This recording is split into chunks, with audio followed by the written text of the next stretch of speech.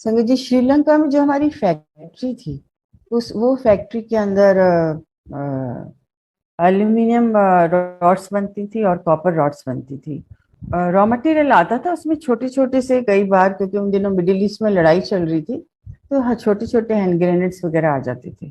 और they were suppose to sort out, सारे workers उसको सॉर्ट आउट करके जो भी मटेरियल उनको उसमें अलॉय में डालना होता था, अ, उसको वो अलग करके और फिर वो उसको फर्नेस में डालने के लिए अलग कर देते थे।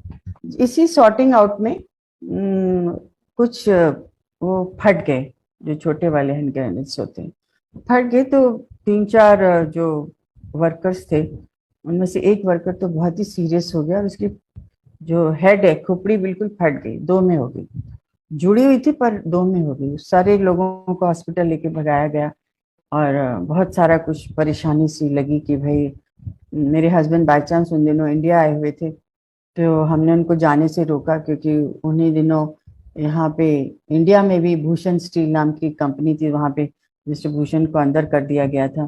तो हमने सोचा कि श्रीलंका जाएंगे तो श्रीलंका में इनको भी अंदर कर देंगे, ये सोच के कि भाई आपने कुछ गलत चीजें इंपोर्ट करी हैं।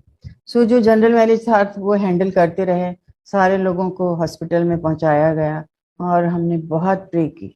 और आप मानेंगे संगत जी, क्या गुरु जी की वो थी कि सारे वर्कर ठीक हो गए, और जो वर्कर हम सोच रहे थे कि ये तो कभी भी बच ही नहीं सकता, उसका सारा सिर सिल गया। सिर्फ उसकी थोड़ी सी एक आंख में खराबी रही, बाकी वो कंप्लीटली ठीक हो गया। उन सबको जो भी कंपनसेशन देना होता है वो सारा दिया गया फैक्ट्री की तरफ से।